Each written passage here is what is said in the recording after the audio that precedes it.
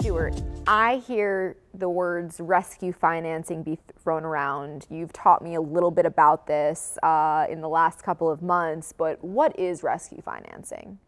Yeah, that's a great question. So typically what happens is owners or investors could have 20 properties, and they have a problem with one. Tenants leaving, somebody went out of business. Sure, any number of things. Any number of things. Yeah. And they can go to their bank, they could refinance a deal on another piece of property, pay down the bank some money, give them a reserve of funds, whatever it is, until they get another tenant in. Right. They could have a building where one tenant is 35 or 40% of the property that went out of business. So what could they do? They could say to the bank, listen to me, I'm going to give you $500,000, and when I replace the tenant, I'll take the money back. Right. I'll leave a reserve. The Sure. bank's very comfortable. They're not worried that anything's going to happen because you've given them the money. Right. They're sitting there fine. The problem today is you may have 15 properties with 5 buildings not paying rent, or a substantial amount of rent. Right. Where again, I go back to the global cash flow scenario or the debt service coverage ratio, where your overall business as an entity, if you looked at it as one entity, is not within the ratios or covenants of a bank. There's a major problem going on.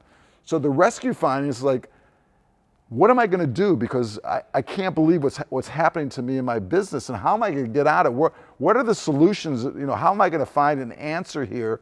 And I'm very troubled by what's going on in the world, and how am I going to survive? Right, and you don't know that next tenant is coming down the pipeline, potentially in the future. Right.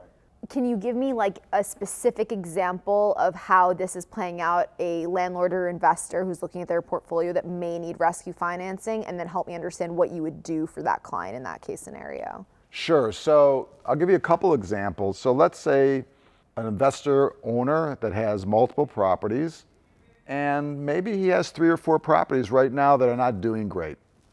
So he says to himself, which he normally could have done, I have this one piece of property that's worth $10 million, and I only owe $2 million on it, and I need really like $4 million, and I can fix my problems. Sounds reasonable. Yeah.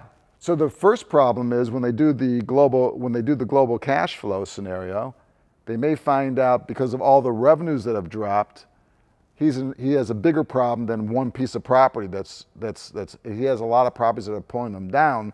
So he may not be able to get enough cash. And 2, what may happen to him is that when the bank gets an appraisal on the $10 million building, it may only be worth $7 million, and they find out that some of the leases may not be being paid, and on and on and on. Yeah. That also is not in great shape. So you really don't know until you really, and that's why we talked about the prepared scenario. Right. Go in there. An asset that usually you would think is performing well. I only owe $2 million out of the $10 million on this building. Right. We're getting there. I should be able to leverage this building to help me out some other places potentially. Exactly. All of a sudden you realize that might not actually be the case. Exactly.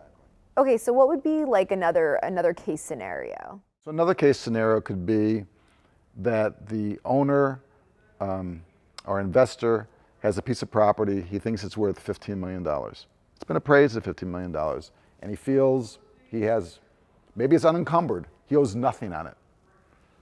And he finds out when they do, again, the global cash flow, that the problems are bigger, number one, than what it was.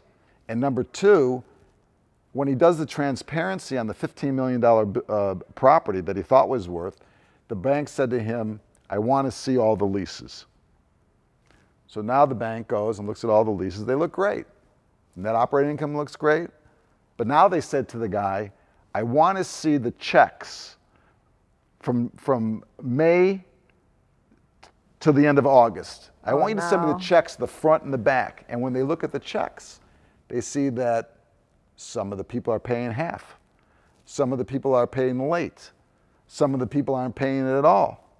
And there's a lot of problems there that they never thought of, and that he really never thought of. Right. So that property is not going to be worth anything near what he thought. And how is he going to get a solution to this when the property that he thought was worth so much money and in great shape is now part of the problem? Okay, so Stuart, I know you have solutions I for do. these problems, I so do. let's get I into do. it. What I'm going to talk about now is in rescue financing is that I would say 95% of the banks that you go to do what we talked about before was a global cash flow. They want to look at the entire health of the portfolio. Naturally, Makes yeah. sense. Yeah, it makes a lot of sense. Because if you're going to have, a guy could have one building with no tenants in it at all, and his whole global cash flow and the numbers and ratios are all fouled up because of this one property. There are a couple banks out there that will charge a little bit of a premium. I'm not talking if a normal bank rate was 3.5 or 4%, this may be 5.5 or 6%, but the bank will put their blinders on when it comes to global cash flow. They'll look at the subject property separately and separate from all the rest of his properties. And they'll look at the property and say, they'll check it just like the bank will, right? They're just not going to say, I'm going to give you a mortgage on it. They're going to want to look at the leases. They're going to want to look at the tenants, because if you have a restaurant guy there, they're not going to be so happy about financing that, right, or a gym or whatever the problems. They want to look at the length of the leases. Are they around for 3-4 years, or is the big tenant leaving in 2 months? They want to look at the new appraisals because cap rates may have changed. And they want to look at the property and say, this property by itself, forgetting the guy's rest of all the things that he owns, this property by itself makes sense in case there was a problem. I can loan on that. That bank may only give, instead of 65 or 70%, 55% possibility. And now the bank has a good piece of collateral, a little bit higher rate, and they know that if something, God forbid, happened, they would have the property.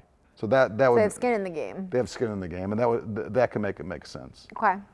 If that doesn't work, there's also private lenders, which will be definitely more expensive. But think about this. If you're going to lose the property and you have like $10 million of equity and you don't want to go into foreclosure, and there's another name called pretend and extend. And that means that the bank sees that there's no possibility of you continuing to pay me the right amount. So they'll make a deal with you at a lower amount, and they'll probably even pay you a management fee. The problem is, within a year or two, they're going to sell the property and they're going to keep all the proceeds. So you don't want that to happen. That sounds terrible. Right. And the third thing that's possible here as a solution, which I think is really good, you can have and you can have somebody go with you that's a consultant or an expertise in this space, and borrow enough money that you might go to the bank and say, look, we know that there's a pandemic going on. We know that it's a problem right now, and we know that I have a tenant that's not paying their bills, or whatever it is that my problems are in my current tenancy. But what I'm willing to do is I'm going to give you enough money for the next 24 months as a reserve to make sure that you have enough money for all the mortgage payments and all the real estate payments, which is going to keep my debt service and my coverage ratios all intact. So basically in 24 months, what they've basically done is they've gone to the bank and made a plan that within 24 months, whether the vaccine's in place and I can replace these tenants that I'm having problems with, Right. and I think I'll be in much better health, and I'm willing to give you enough money down To feel comfortable to feel with that. comfortable that you'll have no worries, Right. and we will be in good shape. And then there's also the possibility that you can give them some reserve, and they'll give you what they call a loan modification. Now, a loan modification may be simply, look, I'm paying you 4% principal and interest. Let me give you enough money so that you're comfortable, but give me some relief. Give me interest only right now, or possibly lower my rate a little bit now. You're looking for relief while you're going through this pandemic, Right, and while the you're buying tenants, or time whatever it is, and weathering the But storm. you're relieving the bank by giving them some kind of security, which is money, right? To make Sure. them feel safe to take you over the bridge. In all these cases, why this makes sense is because what you're really looking to do is keep your relationships with your bank, get a forbearance agreement, and make sure that at the end of all this, you've kept your equity and you've kept your business, and you Protect have your a assets. solution that you can sleep at night and not worry about this huge loss. Right. And I think that's really important. That's really what rescue financing is about. I think it's always helpful to have, after you've prepared everything with the CPAs in the firm, and even though you have a bank or two that's been your buddy, that you go to somebody that's an expert in commercial finance that has 30 or 40 different banks, different private lenders, that can sit down with you and say, I understand everything. I've looked at all your personal financials. I've looked at your global cash flow. I've looked at your debt service coverage ratios. And here are some firm options that I think we can do that's going to make your life better. It's going to be a better solution that you thought of and that you thought of with one or two banks. I think that's important. Can kind of shop your options, lay it out on the table, talk through pros and cons. Let's get them the best options out there Right. to find out what's best for you. Right.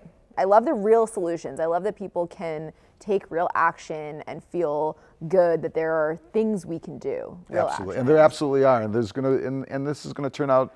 You might not see it now, but within a couple of years, you're going to look back at this as just a time that passed. Yeah, I totally agree.